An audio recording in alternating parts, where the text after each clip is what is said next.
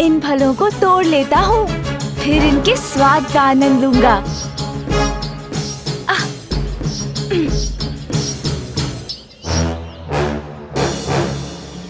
कौन है? नंदी जी आप? मेरा अभी मन नहीं भरा, इससे अभी और क्रीड़ा करनी है मुझे, इसलिए मेरे शीश पर ही रहने दीजिए इसे।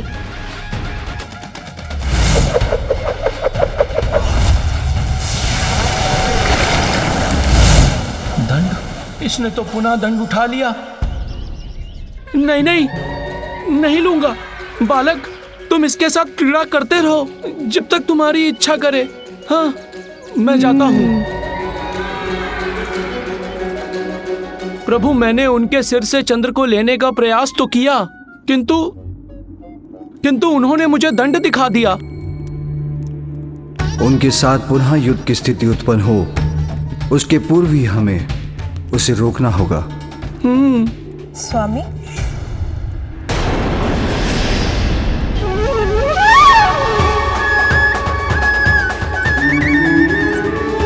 माता, माता यहाँ आ रही हैं। प्रणाम माता।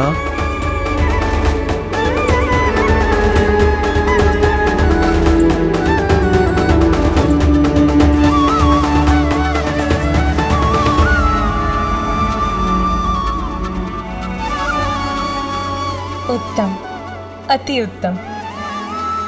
तुम सभी ये ले आए, तो अब मैं अपने पुत्र को भोजन करा सकूंगी। किंतु वो है कहाँ?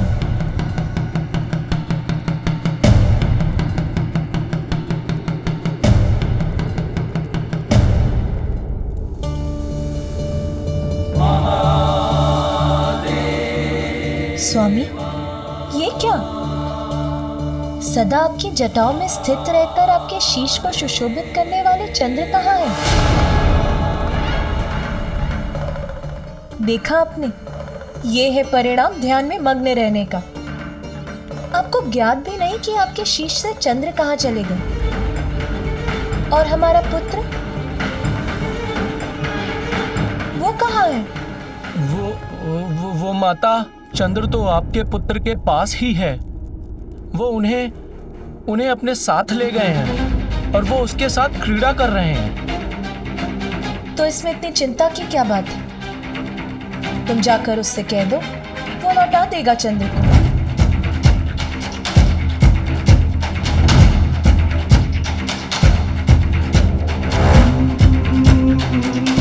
क्या हुआ? मैंने कहा ना जाकर मांग लो उससे चंद्र को। तो फिर विलंब क्यों कर रहे हो आप सभी?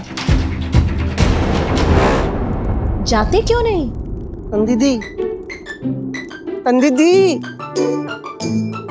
माता तो आप ही बताओ। माता, हम सभी ने प्रयास तो किया, किंतु वो तुम माता प्लाया तमाले काले आता बनोते, क्योंकि वो तो माता, हम गए थे उनके पास, किंतु उन्होंने चंद्र देने से मना कर दिया।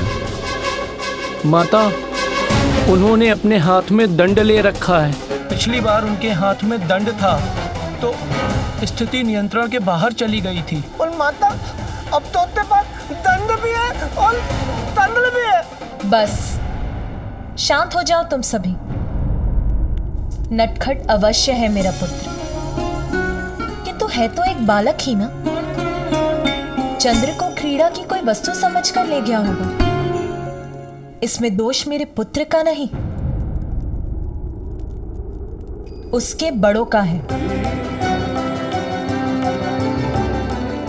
जो जगत के प्रति अपने दायित्व निभाने में इतने व्यस्त हो जाते हैं कि अपने पुत्र का ही ध्यान नहीं रख पाए। किंतु आप सभी चिंता मत करिए, मेरा पुत्र अभी चंद्र को ले आएगा। पुत्र, तुम्हारे पिता के शीश पर स्थित रहने वाला चंद्र क्रीड़ा की वस्तु नहीं है, साक्षात चंद्रदेव के प्रतीक हैं। उनके अपने स्थान पर ना होने से चंद्रदेव भी प्रभावित हो रहे हैं। इससे सृष्टि का भी अहित हो रहा है। अब उन्हें शीघ्र लौटा दो पुत्र, शीघ्र आओ यहाँ। अभी आया माँ।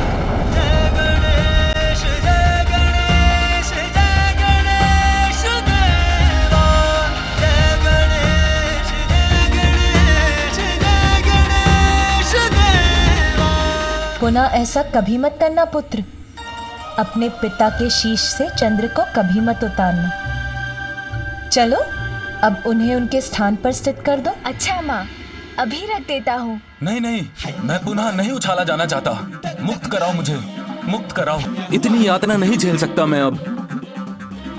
वक्रतुंड महाकाय बुद्धि के नरेश, रिद्धि सिद्धिदायी विघ्नहर्ता श्री गणेश।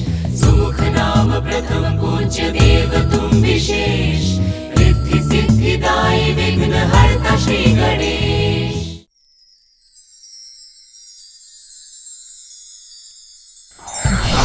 ये क्या? वहाँ अवश्य कुछ ना कुछ तो परिवर्तित हुआ है। मैं पुनः महादेव के मस्तक पर स्थित हो गया हूँ, मैं रक्षित हो गया हूँ, अब सब कुशल है। स्वामी, इस घटना के परिणाम स्वरूप आपको ये तो ज्ञात हुआ कि देवी पार्वती के पुत्र क्या कर सकते हैं। अब ज्ञात हो गया है मुझे। नटखट है पार्वती नंदन, किंतु माता पार्वती और महादेव उन्हें संस्कार अवश्य देंगे। पिताश्री, मेरी ये भूल भी क्षमा करें। भविष्य में मैं कभी भी चंद्रमा के साथ क्रीड़ा नहीं करूंगा।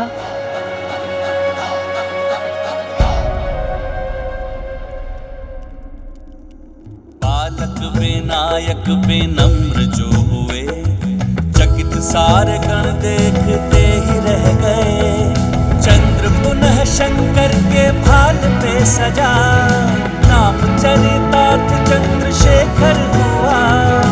अनुराग से देखे पुत्र को पिता, हर्षित परिवार को देख के उमा।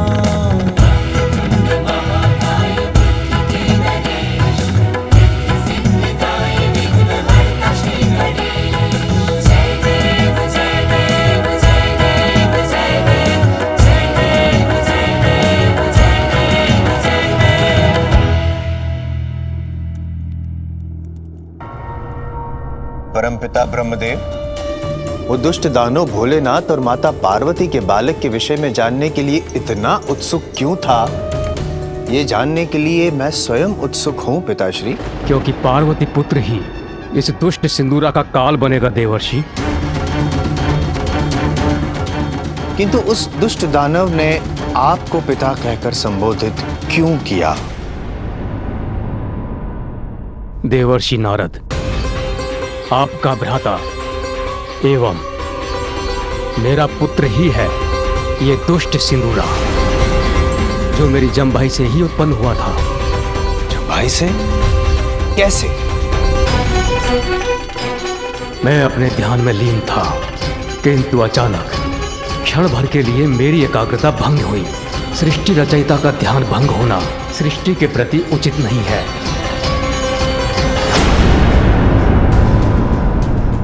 मुझे अपनी इस बड़ी भूल का आभास हुआ और मैंने पुनः स्वयं को ध्यान में स्थिर कर लिया। मैं निश्चिंत था कि मेरी इस त्रुटि से सृष्टि की कोई क्षति नहीं हुई, किंतु अनायास मुझे जमभाई आ गई और मेरा मुख खुल गया। उसी अवकाश में ये जन्म लेकर प्रस्तुत हुआ।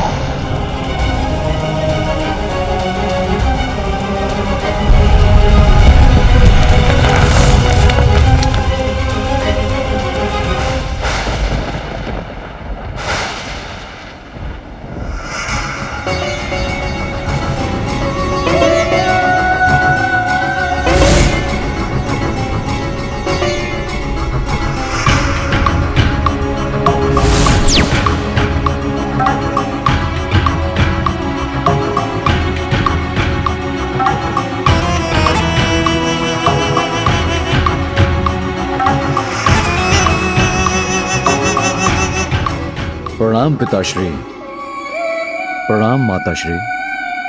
पुत्र, कभी कभी भूल भी वरदान बनकर हृदय को हर्षित करती है। तुमने मेरी जंबाही से उत्पन्न होकर हमें अपार सुख प्रदान किया है।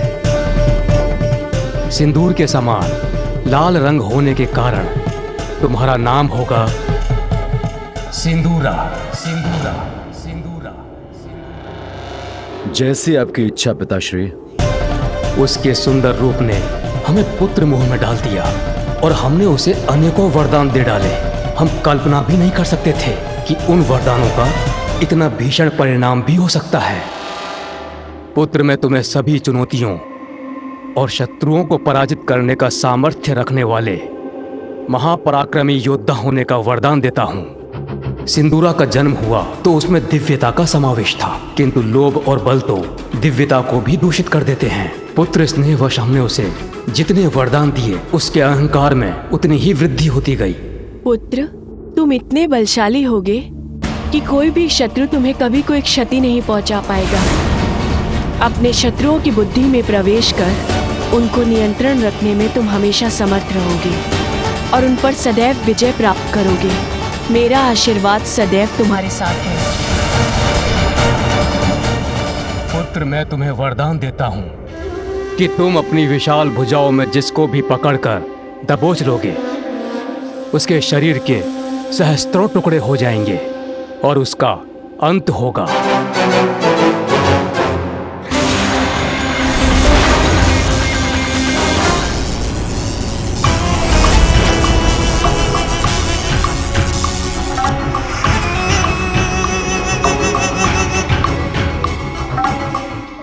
अब कोई नहीं टिक सकता मेरे समक्ष, न देव, न दानव, न यक्ष और न मनुष्य। कोई वध नहीं कर सकेगा मेरा। अब मुझे किसी से कोई भय नहीं। अजय हो गया है सिंदूरा।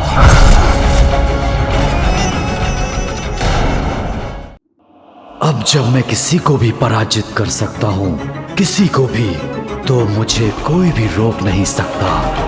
ऐसी अपार शक्ति का स्वामी हूं मैं कि इंद्र और दिक्पाल भी मेरे समक्ष नमन करने पर विवश हो जाएंगे। त्रिलोक का अधिपति बनूंगा मैं और मेरे सेवक बनेंगे समस्त देवता।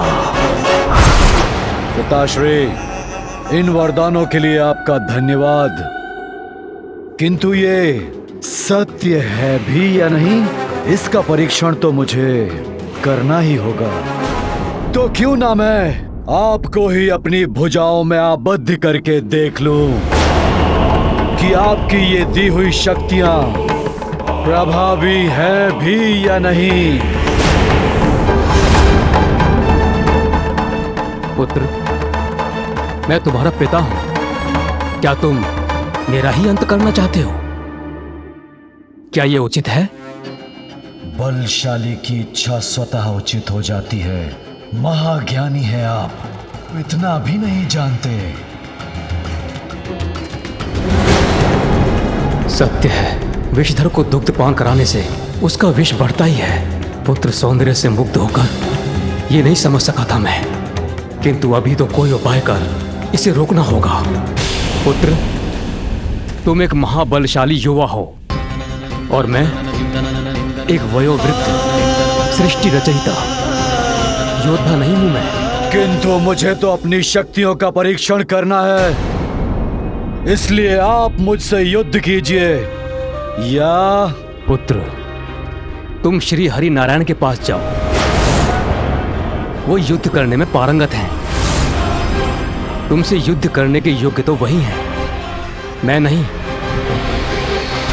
और इस प्रकार असाधारण बल और अहंकार से परिपूर्ण सिंदूरा बैकुंठ पहुंच गया।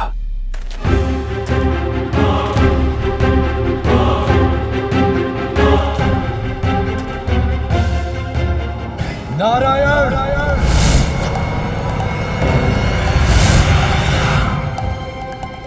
कहाँ छुपे बैठे हैं नारायण? मेरे समक्ष आइए।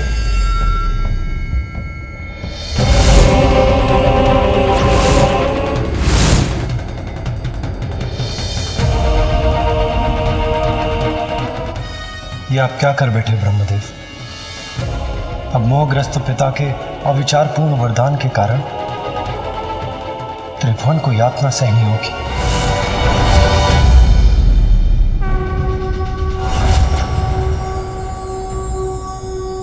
नारायण, मैं सिंदूरा आपसे युद्ध करने आया हूं। मुझसे युद्ध?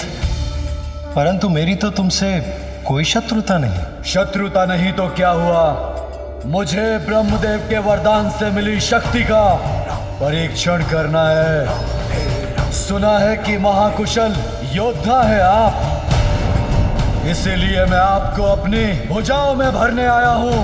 पुत्र, युद्ध आदि तो मैं त्याग चुका। सृष्टि का पालन पोषण करने के कार्य में ही व्यस्त रहता। तुम महादेव पुत्र कार्तिकेय से युद्ध क्यों नहीं करते? युवा महायोद्धा कार्तिकेय ही देवताओं के सेनापति और रक्षक हैं। उन्होंने अपने पराक्रम से ताड़कासुर नाम के एक भयंकर राक्षस का वध किया है। तुम कैलाश जाओ और उनसे युद्ध कर। यदि तुमने युद्ध में उन्हें परास्त कर दिया तो संपूर्ण देवता स्वतः ही तुम्हारे समक्ष समर्पण कर देंगे। कार्तिकेय। और तब सिंदूरा कार्तिकेय को ढूंढता हुआ कैलाश पहुंच गया, किंतु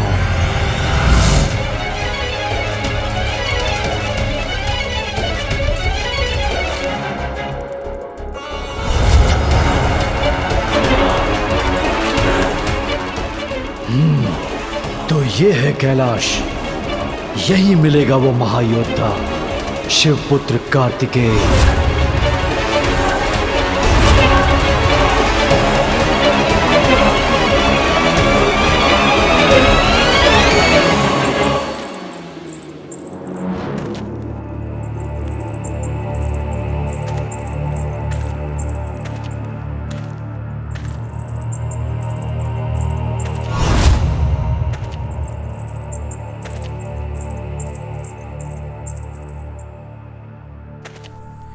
ये चूड़ियों की खनखनाहट कहां से आई?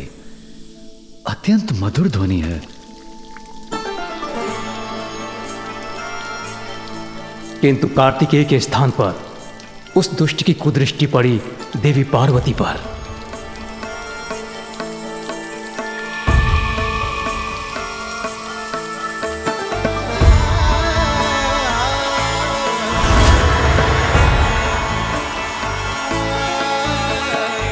इन देवी के अपार सौंदर्य ने तो मेरा मन मोह लिया। मुग्ध हो गया है सिंदूरा इनके इस मन भावन रूप से। और जिस पर सिंदूरा मुग्ध हो जाए उसे प्राप्त करके ही रहेगा।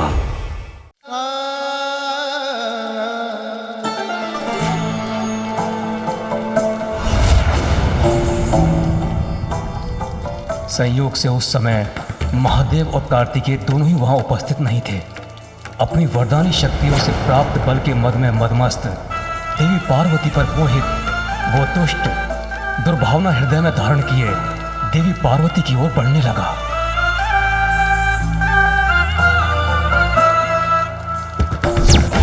ये वही समय था जब देवी पार्वती संतान प्राप्ति की प्रबल कामना मन में धारण कर अपनी कल्पना से उसकी छवि को चित्रित कर रही थी। जब सिंदूरा उनके समीप पहुंचा, उसी समय देवी पार्वती द्वारा चित्रित उस छवि से ही एक प्रकाश पुंज उत्पन्न हुआ और सिंदूरा से टकराया और वो दुष्ट कैलाश के बाहर जा गिरा। जिस पुत्र ने जन्म से पूर्व ही सिंदूरा से अपनी माता देवी पार्वती की रक्षा की, उसको सिंदूरा के पग पग का भान है।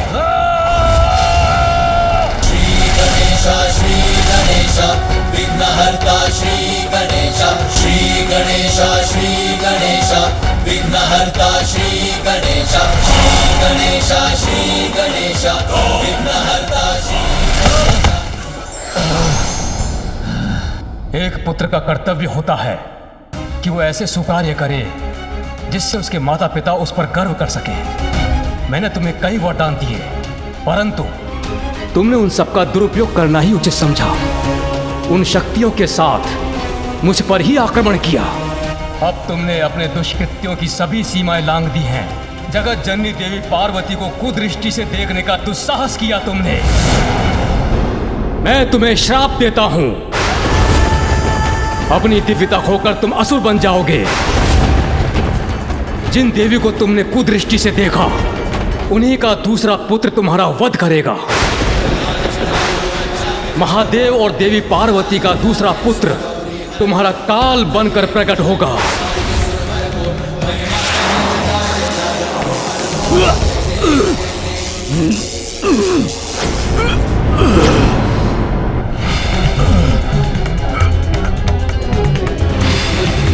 स्मरण रखूंगा, सदैव स्मरण रखूंगा ब्रह्मदेव।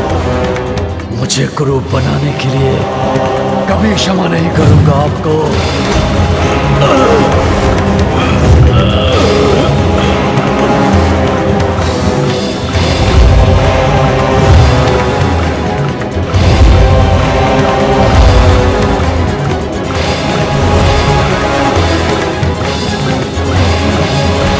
महादेव और देवी पार्वती का दूसरा पुत्र तुम्हारा काल बनकर प्रकट होगा।